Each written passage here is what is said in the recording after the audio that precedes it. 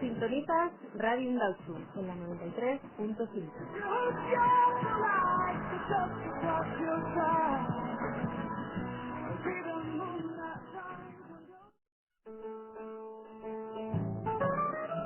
A continuación, la tertulia de Eusko Ikaskuntza en Radio Indauzu.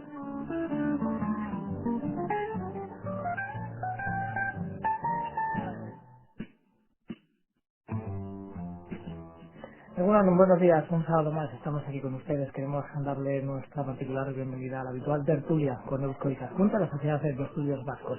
Los próximos 55 minutos estarán con ustedes José Alberto Pérez en el apartado técnico y quien les habla.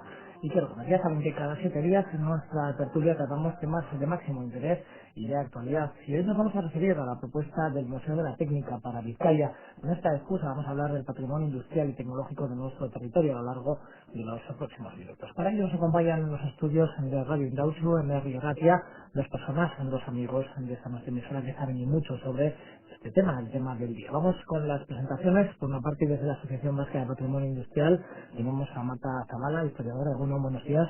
Buenos días. Gracias por estar aquí con nosotros. También vamos a recibir a Joaquín Cárcamo, etnógrafo y profesor de formación profesional, además aparejador y miembro de la directiva de la Asociación Vasca de Patrimonio Industrial y Obra Pública. Buenos días. Buenos días. Un cargo largo, así. Etnógrafo no. ¿Ah, no? Todo lo demás Es el dato que yo tenía, lo siento mucho, ahora mismo lo borramos. Con esta inmejorable compañía vamos a comenzar y lo vamos a hacer un poquito hablando a grandes rasgos, ¿no?, de la importancia actual del patrimonio industrial y tecnológico en Vizcaya. Es una pregunta que lanzamos para cualquiera de los dos invitados. Bueno, pues primero yo también quería hacerte una corrección. Estamos en Vizcaya, pero el proyecto que la asociación defiende y del que venimos a explicar aquí es un proyecto de ámbito vasco. Proponemos que la necesidad urgente de realizar un museo que recoja los bienes inmuebles del proceso de industrialización de todo el País Vasco. Porque así de localistas somos aquí en Radio Indauzu, lo queremos todo para Vizcaya, pero bueno. Lógicamente Vizcaya ha tenido un gran protagonismo, ¿no?, las márgenes de la ría en todo este proceso, pero quisiéramos que estuvieran representados también los otros dos territorios. Bien, que quede claro. Vamos a centrarnos entonces en esa importancia, la importancia que tiene el patrimonio industrial y tecnológico. De momento vamos a hablar de Vizcaya. Bueno, pues yo creo que es muy conocido incluso por la gente que no está iniciada en temas históricos que el fenómeno de la revolución industrial y el posterior desarrollo industrial, un fenómeno que podíamos acotar por poner unas fechas entre 1850 y las primeras décadas del siglo XX, ha traído enormes consecuencias para Vizcaya y para el País Vasco por extensión. Yo creo que lo que es ahora Vizcaya, su sociedad, su cultura, su economía, su paisaje y sus ciudades son deudoras de todos los siglos previos de su historia, pero posiblemente los cambios que se han producido por motivo de la industria han sido cambios mucho más importantes que todos los demás producidos en siglos anteriores. A lo que somos lo debemos en gran medida a ese proceso industrial. Un proceso que, bueno, pues no sé cómo empezó a surgir, no sé por qué, aparte es como de la presencia del mar, ¿no? ¿Por qué fue tan importante aquí en Vizcaya? ¿Por qué ha sido tan importante y por qué sigue siéndolo, ¿no?, hoy en día?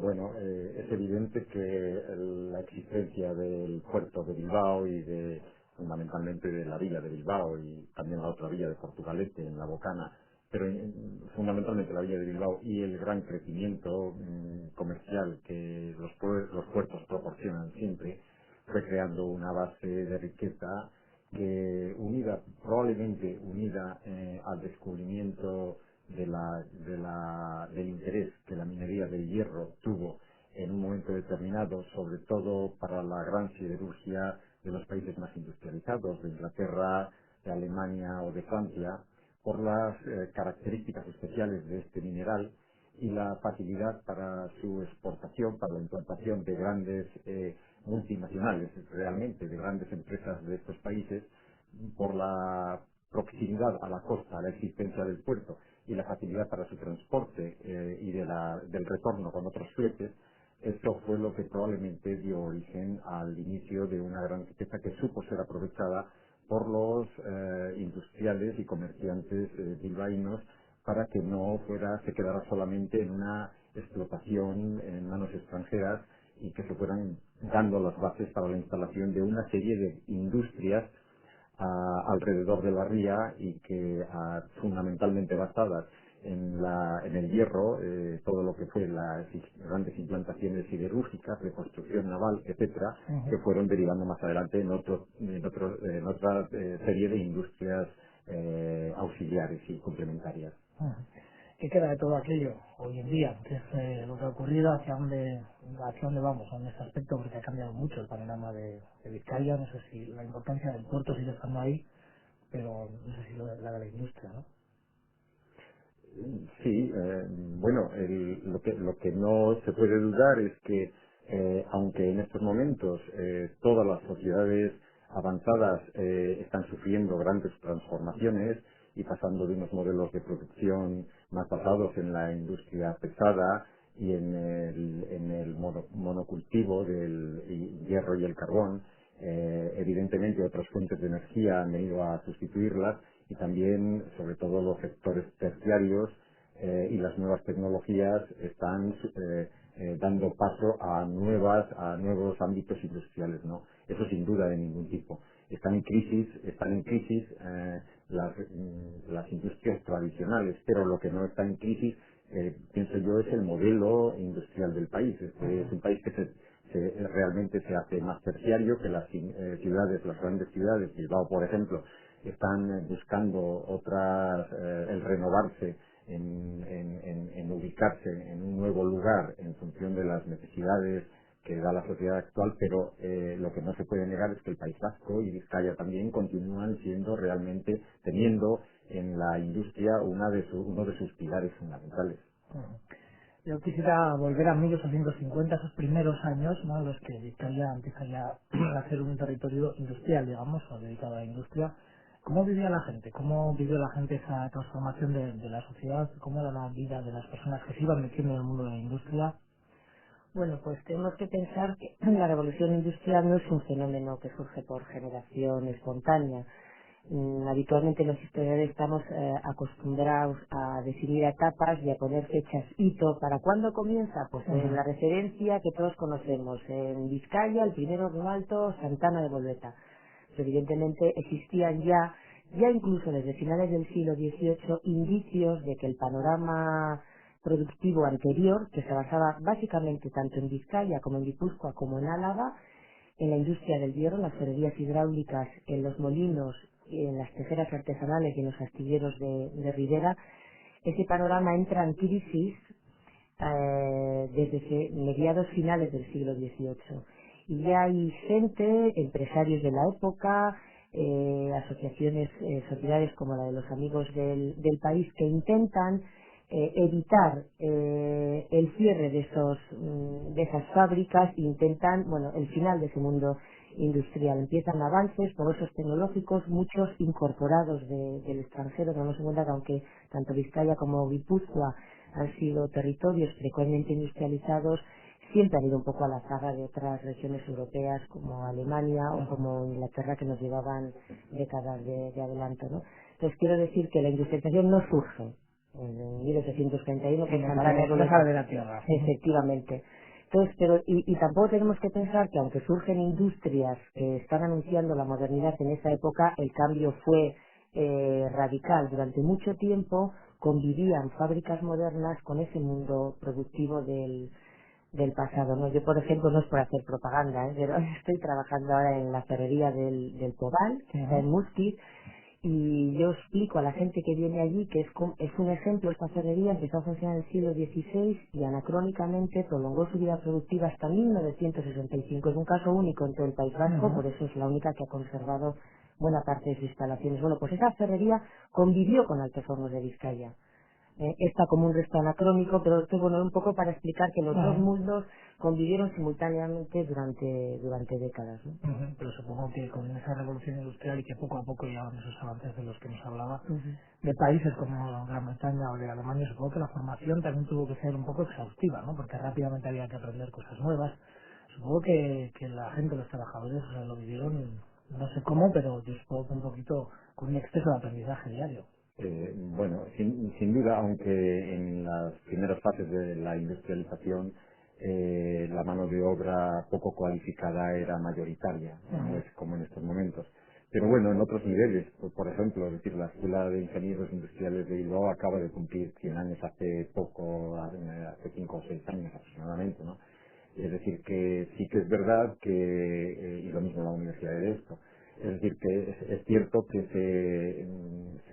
se ve la necesidad de que un número importante de gente se cualifique desde el punto de vista industrial. Los primeros técnicos de todas maneras llegan del extranjero, muchos de ellos, o la burguesía bilbaína envía a sus hijos a estudiar al extranjero también, a prepararse para hacer frente a la dirección de tanto desde el punto de vista empresarial como desde el punto de vista tecnológico, hacer frente a la dirección de las empresas.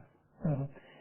¿Cómo valoran, ya que estamos hablando de ese tema, la situación que están viviendo ahora mismo las empresas que tenemos aquí en Vizcaya dedicadas al mundo naval?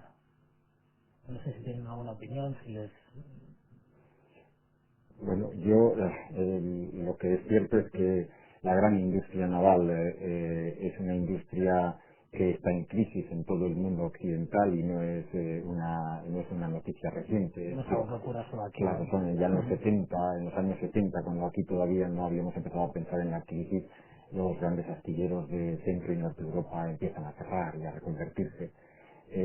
Esto lo que es indudablemente e independientemente de lo que supone desde el punto de vista del empleo y del sufrimiento para muchas personas, evidentemente de la reconversión o de las jubilaciones anticipadas, Ajá. todo este tipo de cuestiones, lo que sí supone también es desde el punto de vista patrimonial, como ha sucedido antes con otras industrias, lo que supone es que tenemos que pensar que detrás de todas estas instalaciones productivas hay un elemento patrimonial de gran valor. Evidentemente hay suelo y es evidente que el suelo tiene, por fuerza, estas grandes superficies deben ser utilizadas para generar nueva riqueza para los ciudadanos de Vizcaya, ¿no?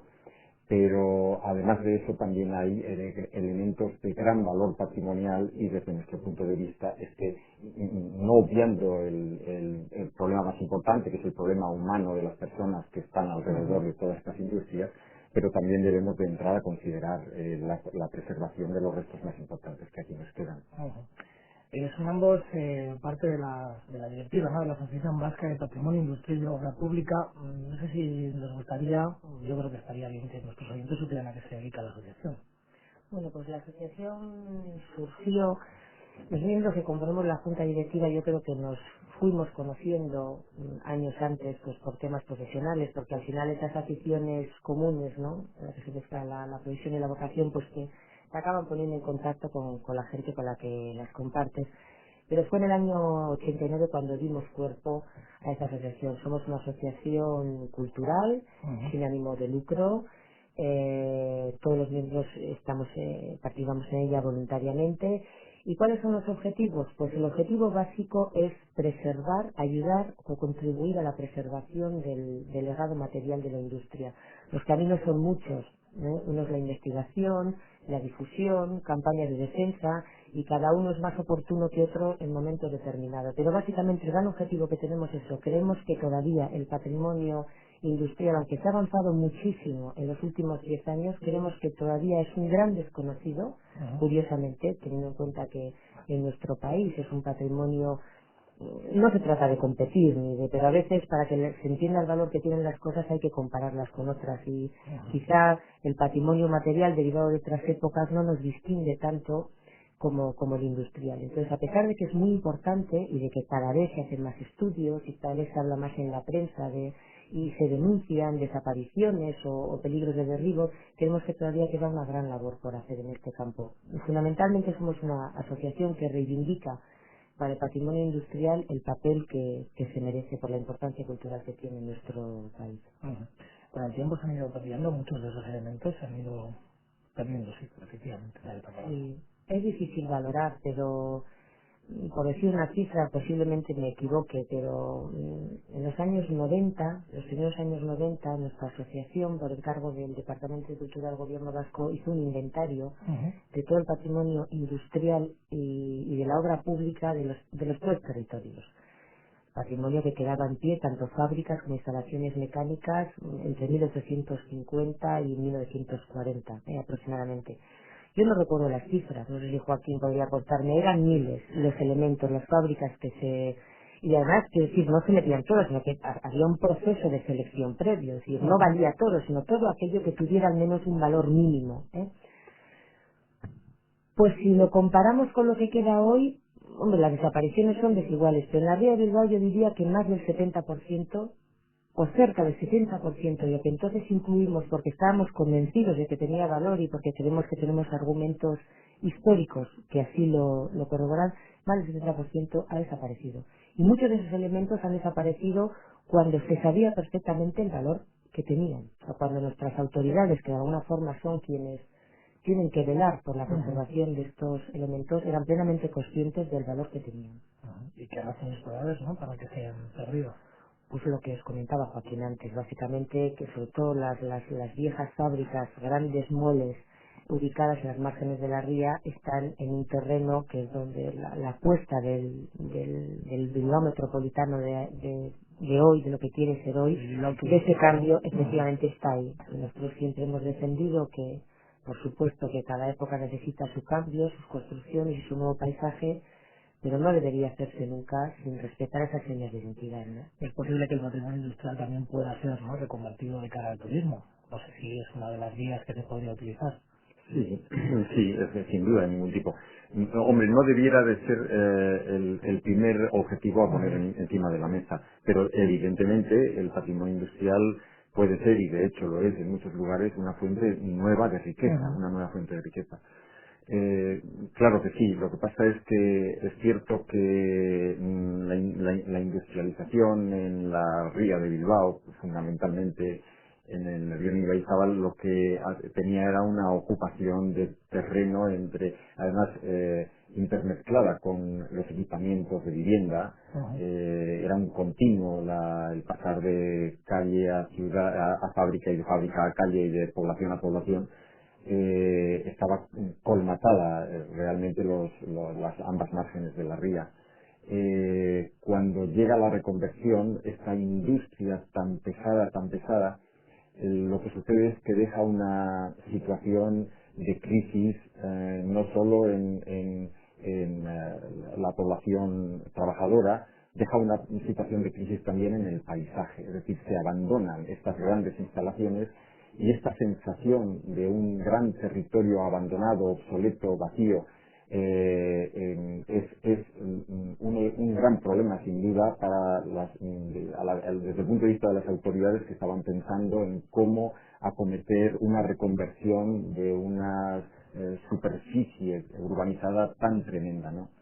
Entonces, muchas veces el propio gobierno vasco acomete planes que todavía tienen continuidad hoy en día, de derribo, de lo que, entre comillas, esta acepción para nosotros es más, tiene un doble sentido, ¿no? Pero de lo que se denomina legalmente ruinas industriales, que no son tales ruinas en muchas ocasiones, sino que son instalaciones abandonadas, simple y llanamente.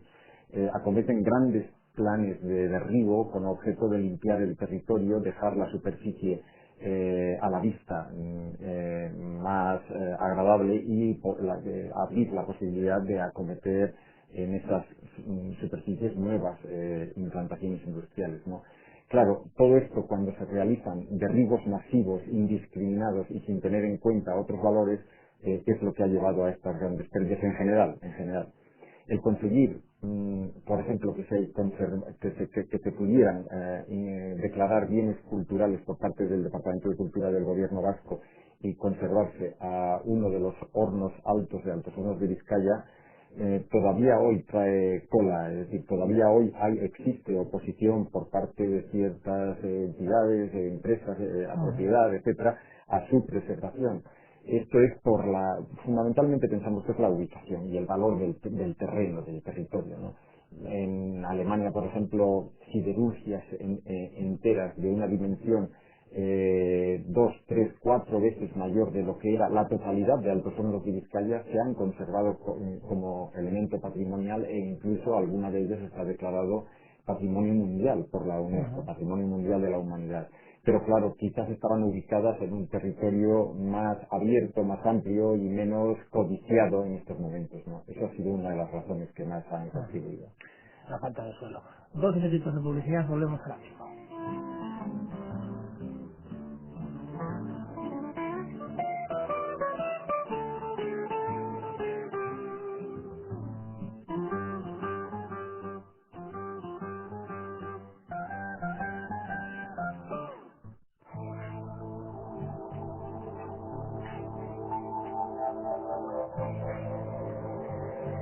Sintonizas Radio Indautxu en la 93.5.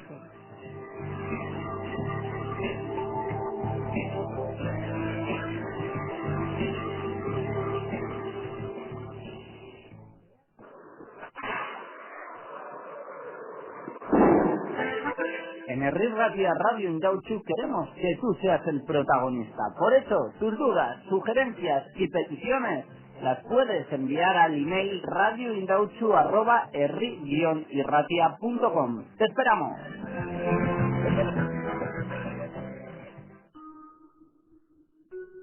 Radio Indautxu, sigue con nosotros. Iker Gómez y Nayara Ballesteros se mantienen al tanto de toda la información vizcaína. Escúchala. Contamos con hombres, evidentemente, que están en ese compromiso. La comunicación era fundamental en la convivencia. Bueno, Pero queramos o no, las mujeres necesariamente tenemos que seguir existiendo. es verdad que a veces es mejor dormir bajo un tejado con goteras que al aire libre. Esto va a dejar una cola, es ir un poco por el azar. Es verdad. Lo que sería bueno es que no se engañara a nadie. Acepta a Rolex. Ahora estábamos a citas.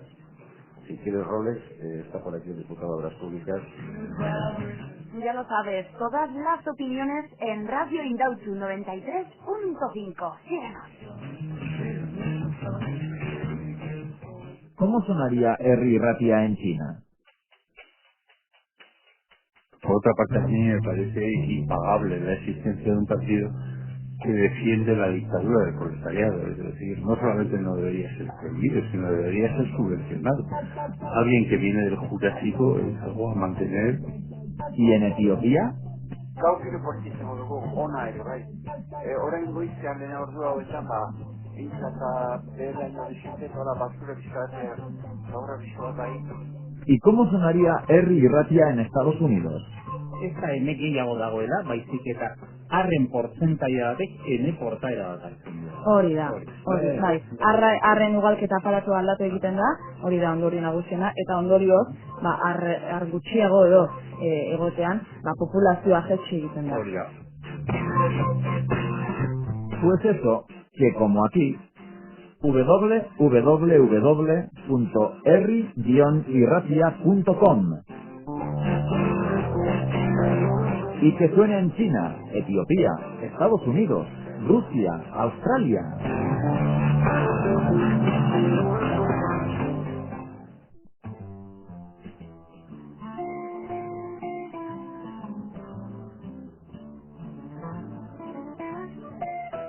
Ya estamos de vuelta en nuestra habitual tertulia. Ya saben que cada 7 días, los sábados, aquí en Radio Indautxu, les ofrecemos en nuestra habitual tertulia con Eusko Ikaskuntza, la Sociedad de Estudios Vascos. Hoy estamos hablando de patrimonio industrial en Vizcaya y también del proyecto del Museo de la Técnica. Y lo estamos haciendo con Marta Zavala, que es directiva de la Asociación Vasca de Patrimonio Industrial, y con Joaquín Cárcamo, que es profesor de formación profesional y también pertenece a la Asociación Vasca de Patrimonio Industrial. Estamos aquí hablando con ellos. Nos hemos quedado en un punto, yo les quería hacer una pregunta. ¿Por qué defienden ustedes la conservación de sus lugares? Porque no nos hemos referido a la importancia que pueden tener o a las razones que la asociación tiene para defender su conservación. Bueno, porque pensamos que en la medida, a veces los principales obstáculos que se ha encontrado este patrimonio para ser defendido no solo aquí sino en el mundo es que tradicionalmente siempre se ha identificado un monumento histórico con algo de proporciones monumentales, con algo bonito, estéticamente agradable y además con algo antiguo. O sea, son 3 requisitos que mezclados con uno un poco más, al final de ellos se deduce esta calificación. ¿Qué le pasa al patrimonio industrial? Pues hombre, antiguo no es, porque lo más antiguo de este periodo que estamos hablando pues tiene 150 años. Estético, a nosotros nos gusta mucho la estética industrial, pero a veces es difícil A mucha gente, ¿no? efectivamente, ¿no? De defender. En cualquier caso no es su principal valor. El estado de conservación, pues como también os comentaba antes Joaquín, una máquina o un edificio industrial a veces se considera ruina simplemente por el hecho de que deja de funcionar y porque no es útil, ¿no? Entonces, pero hay un criterio que prevalece por encima de todos los que estamos comentando. O sea, la revolución industrial, la industrialización del País Vasco forma parte de nuestro pasado y de nuestra historia, aunque sea de nuestra historia reciente. Es un fenómeno importantísimo para entender nuestro presente, sin ninguna duda. Y entonces cualquier resto material, sea una máquina de vapor, un edificio, una grúa o un puente, que sea una huella, un testigo directo de ese proceso, es tan patrimonio cultural como es el Teatro Arriaga o la iglesia de San Antonio. Exactamente igual. No es menos valioso algo, en este caso, no, ya me entendéis, es un poco para que, porque sea más antiguo. Creemos que es un resto de un pasado que es muy importante y que por consiguiente debe ser considerado patrimonio cultural. Comentaban ustedes al principio, concretamente Marta Zavala nos lo comentaba, que una de las primeras señas, ¿no?, en Vizcaya fue Santana, en Bolueta. Hoy en día creo que está reconvertido en un salón de baile, el mismo lugar que ocupaba ese polígono, ese lugar. Sí. Es un poco lo que ha ocurrido, ¿no? Es un poco el resumen, podríamos decir, de lo que ha ocurrido. Sí, parte, creo, yo no lo conozco, pero creo que es un pabellón que está últimamente muy de moda, sí.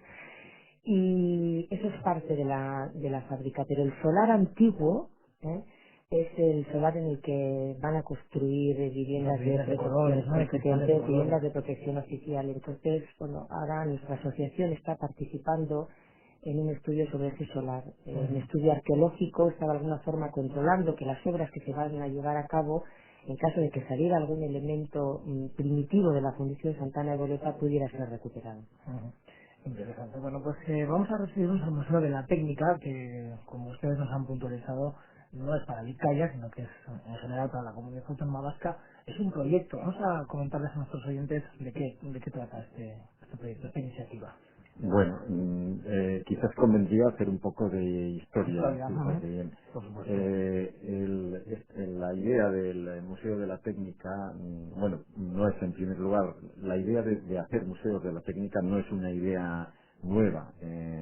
A los 5 años de triunfar la Revolución Francesa, en 1794, y con las colecciones reales y las colecciones de las academias, ya se crea en París el Museo de Artes y Oficios, que es un museo, el actual Museo de las Técnicas francés, ¿no? Es decir, que hay 200 y pico años detrás de esto. Le siguen otros museos importantes, como el de Londres en 1856 o 57, originado en la primera gran exposición universal, o el alemán, que es uno de los que más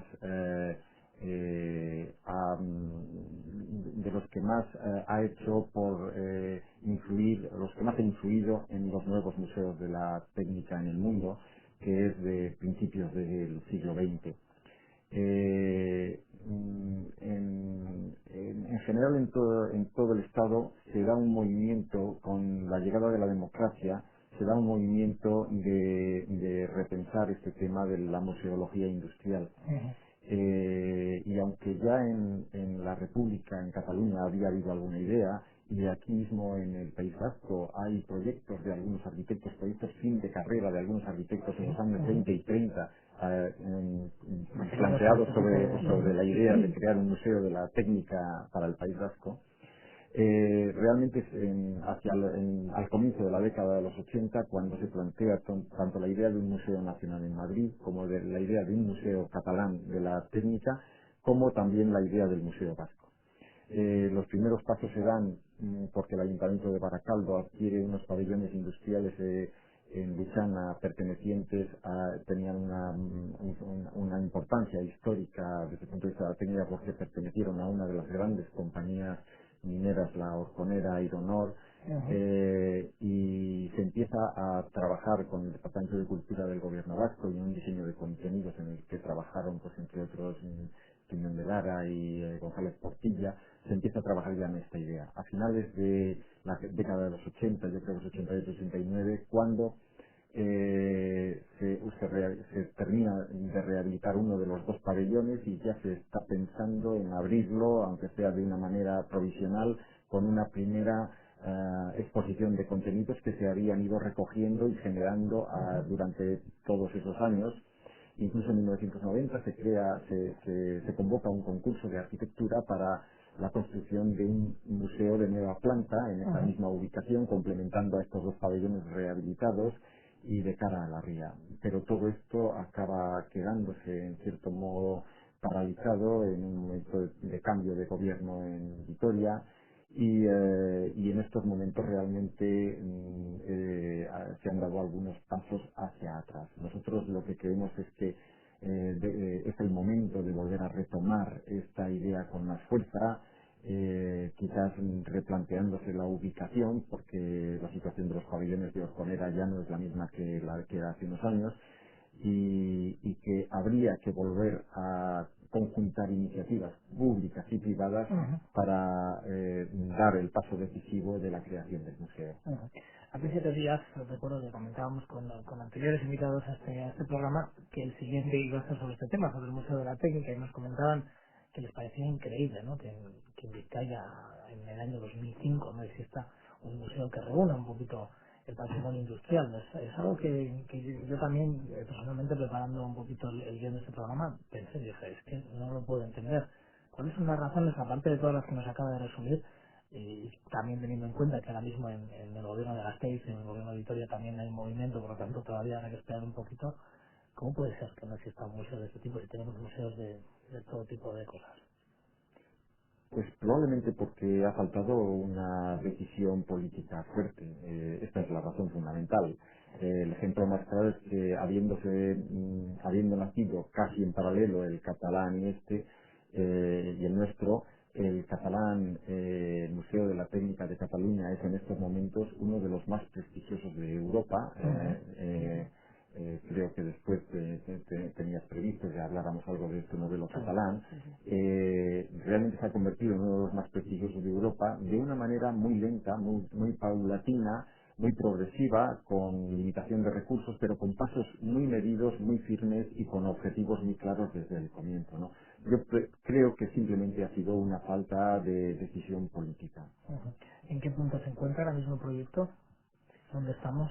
Bueno, pues yo creo que podemos ser moderadamente optimistas. Nuestra asociación presentó un proyecto al Departamento de Cultura del Gobierno Vasco, proyecto que ha sido subvencionado íntegramente, que está siendo subvencionado íntegramente por este departamento, un proyecto para este nuevo museo, retomando un poco esa vieja idea que os comentaba Joaquín, que nace en los años 80 del siglo XX.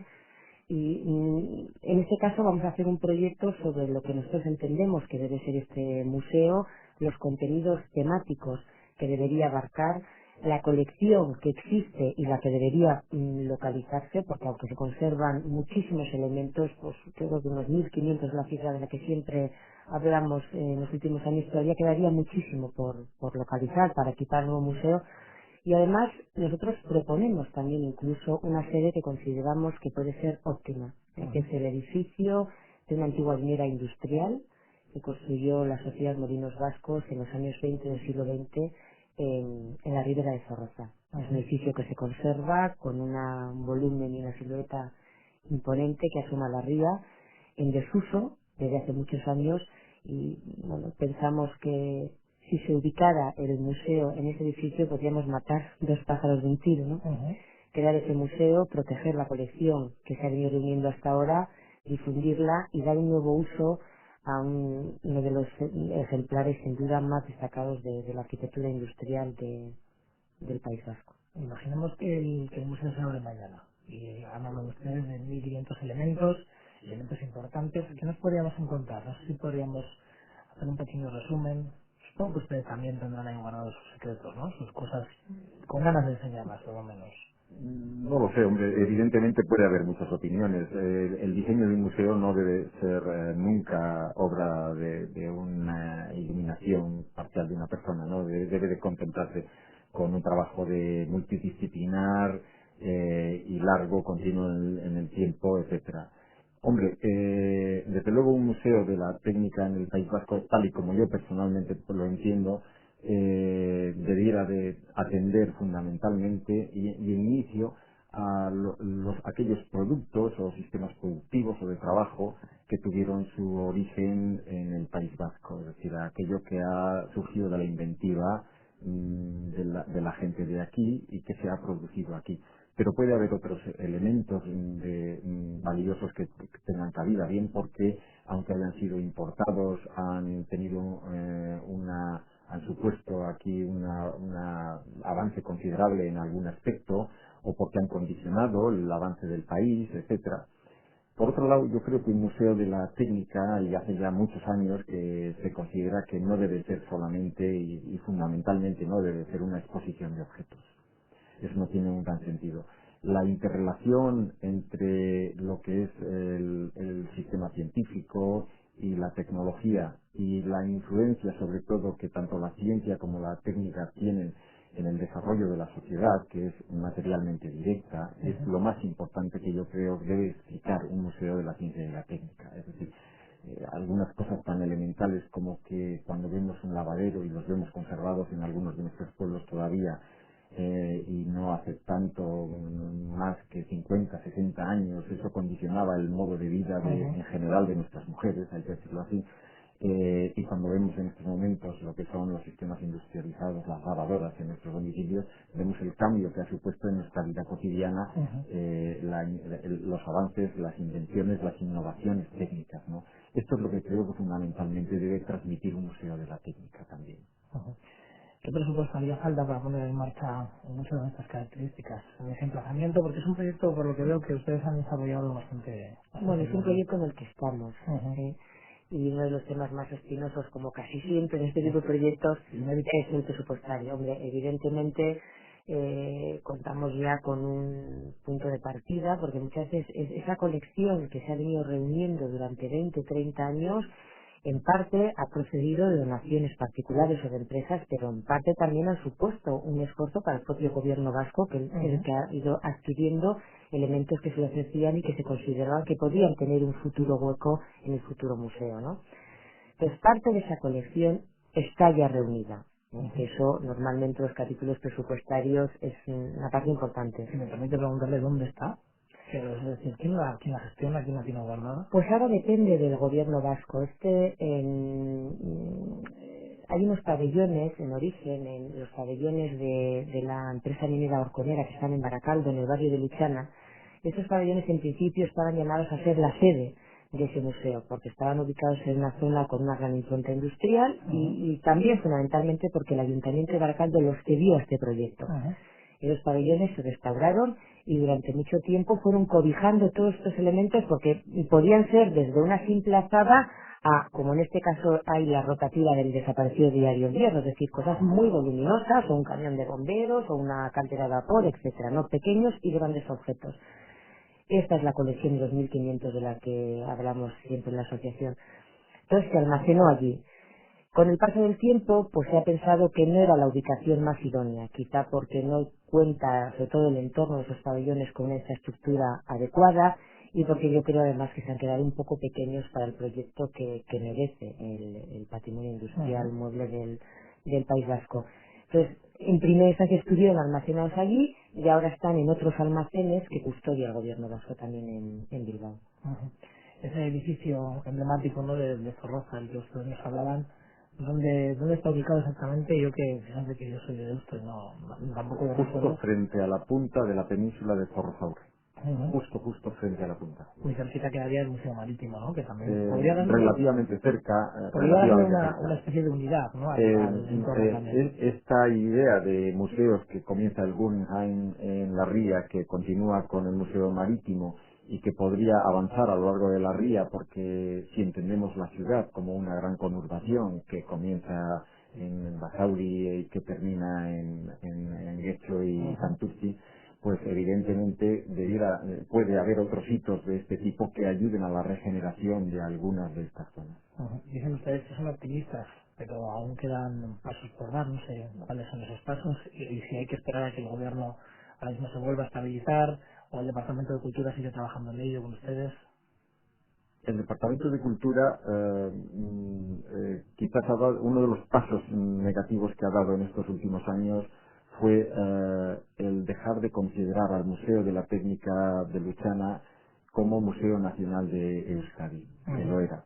Esta consideración la ha perdido y esto probablemente sea un dato negativo, pero realmente si hay un interés que debe ser conjunto de las entidades es decir, si se acaba instalando, bien sea en esta ubicación, sería el municipio de Bilbao, Zaragoza sería el municipio de Bilbao, la Diputación Foral de Vizcaya, puesto que está en Vizcaya, y el Gobierno vasco, puesto que el Departamento de Cultura tiene las competencias culturales, pues si se tomara esta consideración sería una conjunción de esfuerzos y sin desechar en ningún momento a la iniciativa privada, porque un museo de estas características también, sin duda, no debe de hacer referencia solo al pasado, sino que es una gran forma de exponer que el país ha tenido un pasado industrial, que tiene una historia, una tradición, pero que continúa también siendo la industria uno de sus ejes y bases fundamentales. ¿Cómo han llevado a cabo en Cataluña este proyecto? Que es lo que les quería preguntar. ¿Cuál ha sido el resultado? ¿Cómo ha sido la evolución? Bueno, pues en Cataluña empezaron casi paralelamente, ¿no?, al País Vasco. En el año 76, quiero recordar, la Asociación de Ingenieros Industriales de Cataluña fundaron la Asociación de Amigos del Museo de la Ciencia y de la Técnica de Cataluña. En el año 80, creo, 1980, ese proyecto lo asumió como suyo, como propio, el Departamento de Cultura de la Generalitat de Cataluña. Se compró para ello un edificio, una antigua fábrica, un vapor, una fábrica textil, el vapor Aymerich Amat y Llobet, creo que es, una fábrica modernista preciosa que está en Tarrasa y es la sede del Museo de la Industria. Un museo que en el año 1990 fue declarado Museo Nacional de la Técnica y de la Ciencia de Cataluña por la Generalitat de Cataluña. Nosotros siempre decimos que a veces no hay que inventar lo que ya está inventado y funciona bien, y creemos que el modelo catalán, con las necesarias adaptaciones, porque su desarrollo industrial, con ser importante, a veces no se pareció mucho al nuestro, ahí destacaron otros sectores que aquí fueron casi insignificantes, anecdóticos, pero es un modelo que funciona muy bien y que podríamos adaptarlo aquí, creemos que sin problemas. Ellos tienen una sede en Tarrasa, que recibe al año más de 80.000 visitantes, a pesar de que Tarrasa está muy bien comunicada, pero relativamente lejos de Barcelona. Y ese es el museo, de alguna forma es el eje vertebrador de toda una red de museos satélites que forman parte de esta misma organización. Entonces en Tarrasa, además tienen la biblioteca, centro de documentación, centro de restauración, pero luego han fomentado el desarrollo de otros museos o de otros lugares de interés técnico e industrial distribuidos por toda Cataluña, ¿no? Yo creo que en total hay unos 25 o 26 museos y desde Tarrasa se quedan actividades, programas comunes. En Tarrasa se ha fomentado más un sector, pero uno si quiere ver los coches va a otro municipio, si quiere ver el Museo del Papel va a otro municipio, en fin, o sea, cada una de las variedades sectoriales tiene representación en distintos puntos, todo ello centralizado con el magnífico Museo de la Ciencia que tienen en Tarrasa. Qué envidia sana, ¿no? Sí, está claro, porque es que además, aunque estamos hablando concretamente del Museo de la Técnica, también hay que decir que aunque pocas desde nuestro punto de vista, menos de las que debiera de haber, pero hay iniciativas relacionadas con el mundo de la museografía, de la ciencia y la técnica que han salido adelante en nuestro país.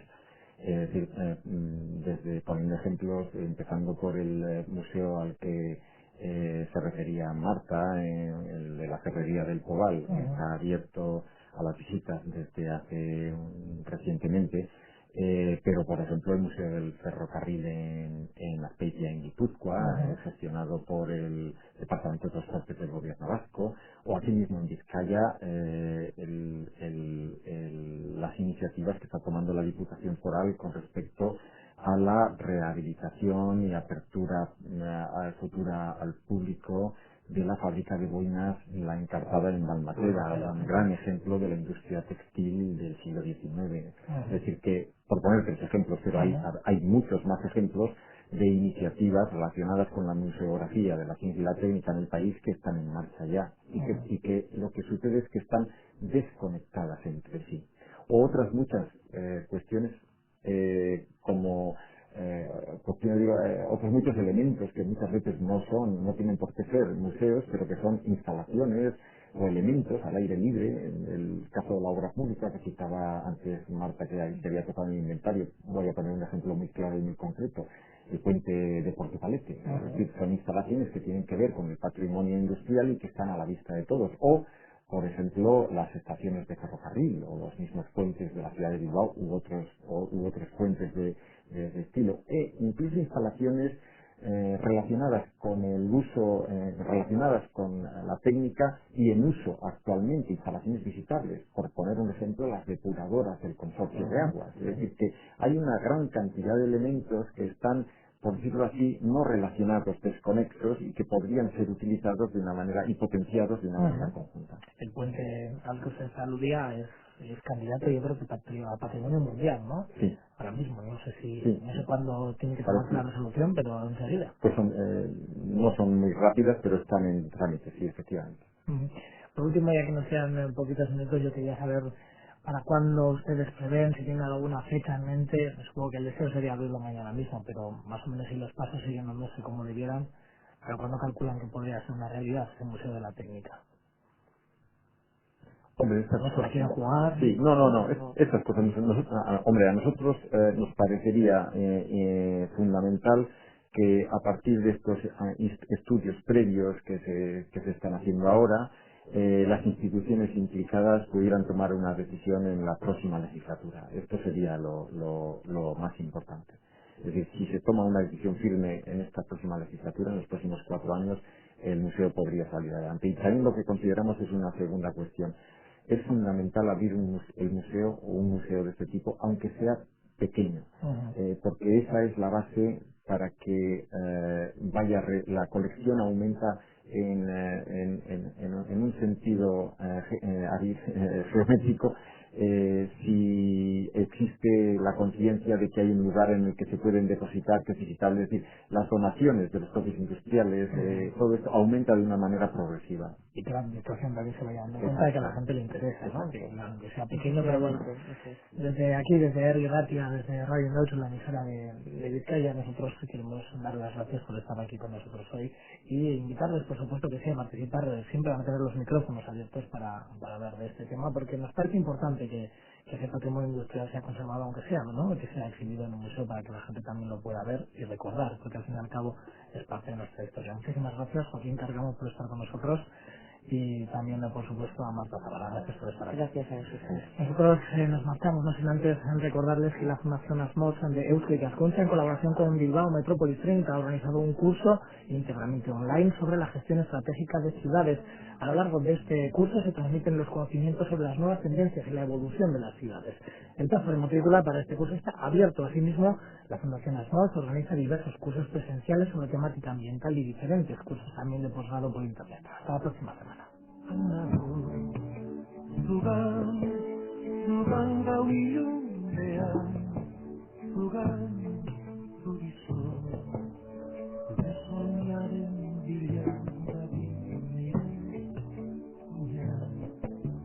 Zure zenan ikutu nahi dut arnazaren grinan, ikusi nahi zinduke biziko zen lorian, sentiran zaituzten zaren egian.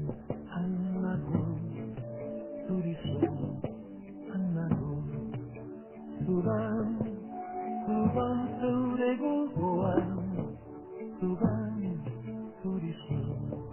Izarrak ari dira, geruri begira, izarrak ari dira, geruri begira, zure begien dirdira.